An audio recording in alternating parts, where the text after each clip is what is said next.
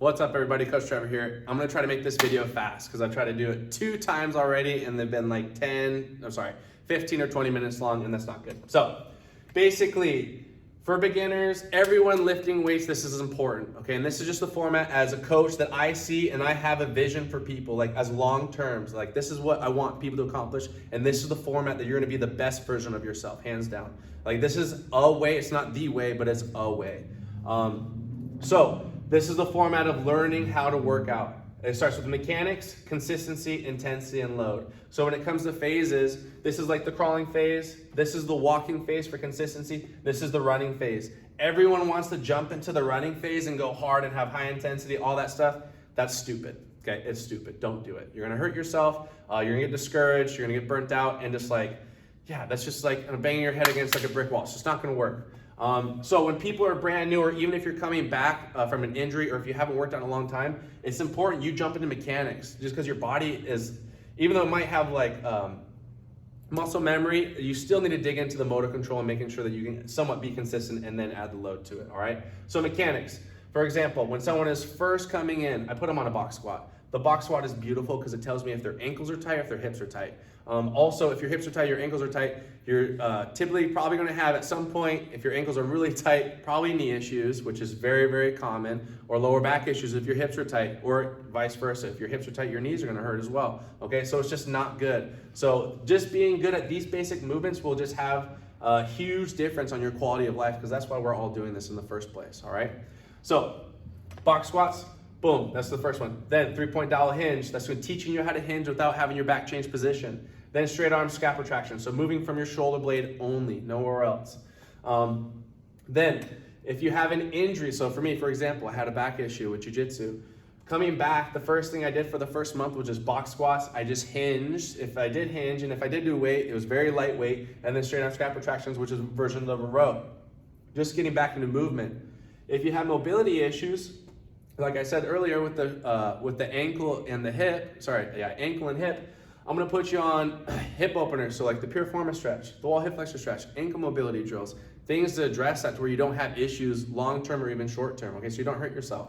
The only downfall with this is that this is the mechanics phase, and this is where actually a lot of people quit and give up, and it's actually extremely disheartening for me as a trainer, and even all coaches, me and Dee talk about this all the time, is that people will get in here, they're highly motivated, they want to lose weight, all that stuff, feel good, but sometimes they don't even have an opportunity to master these basic movements that everyone should know, and they already quit. And it's like they decided that like this type of workout's not for them. It's like, dude, this is life, man. Like you should know how to squat. You should know how to lunge. Like you should know how to get up off the floor without having your knee or back hurt, man. Like, come on. And even if it doesn't hurt now, even with like improper mechanics, like eventually it's gonna hurt.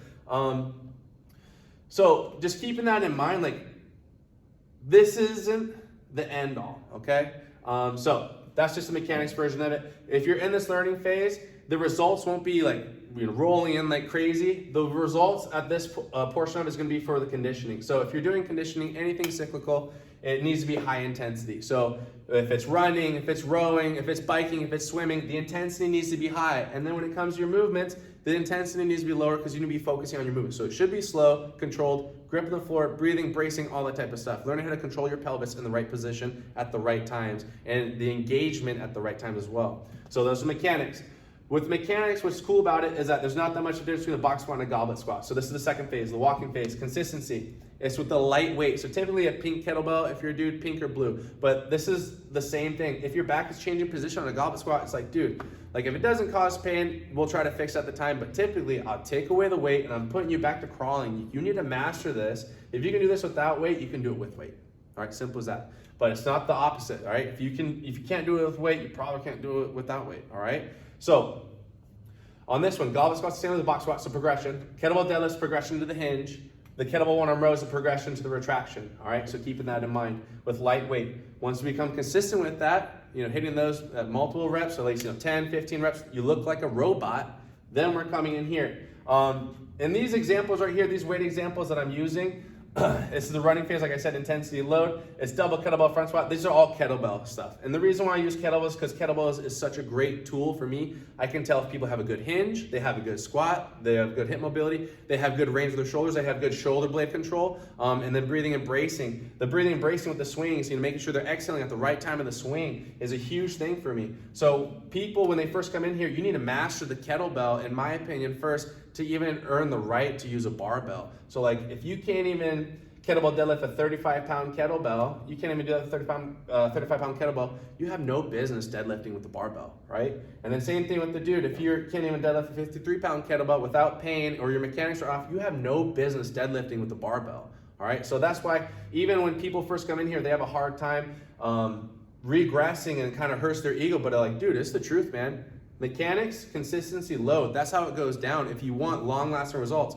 If you want to injure yourself, okay, boom, go straight to load. But that's not what we do here, and that's not what people need in their life. Okay, they don't need another excuse not to work out.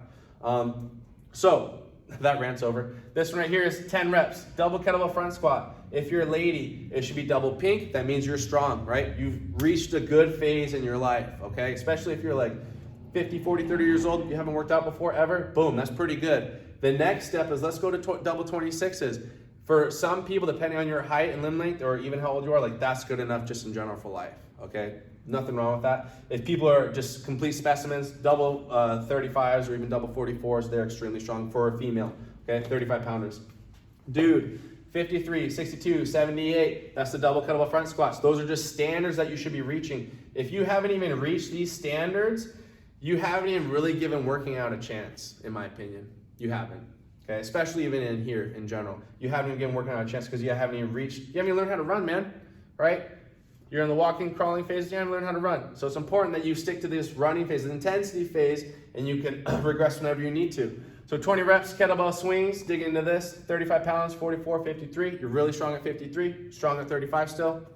Same thing with dudes. You're strong at 53, extremely strong at 78. And then if it's 10 reps for the double kettlebell bent over row, for a lady, 18, 26, 35, guy, 35, 44, 53. So this is just a format, and hopefully this video is not too long, but another thing I need to dig into is that at any point, if anything that's loaded, like if it's a heavy back squat, and if you have some form of pain, you can always deload, so go down in weight, or change the exercise and go to a kettlebell goblet squat, and as long as there's no pain, you're good, right? And then if you need to, just completely scrap that. Like if your back is changing position on a back squat, I'm taking the bar off your back and giving you a kettlebell and making sure your back stays straight. If your back's not staying straight, I'm getting rid of the kettlebell and giving you a lighter one. If your back's not staying straight, I'm getting rid of all the kettlebells and your butt's doing a box squat. I don't care if you can do 225-pound back squat or 300-pound back squat, whatever it may be. Like you haven't earned the right for it. Just because there's not pain today does not mean at some point in your life your back will call you, but hey dude, remember all those 300 or 3,000 reps that you did with the rounded back? Well, today's the day, and then your disc goes out. Okay, so it's not cool. It's not what we want. It's not what we need in life. And this is so important that people need to realize that this is the journey. And every day is going to be different. So maybe on a Monday you go super hard, have it heavy. Tuesday, maybe like in this like intensity-wise consistency phase, maybe it's like on a scale of 1 to 10, it's like a 5 intensity for you. There's nothing wrong with that. And then even some days when you're extremely exhausted, just do mobility work and hit the box squat, right? There's nothing wrong with that, okay? I cannot emphasize that enough because everyone thinks they need to go hard 100% every single day. It's like, dude, you do that, like your body is going to go to shit. Okay, that's not what we want. That's not what we do here, and that's not what I want people to do in their life.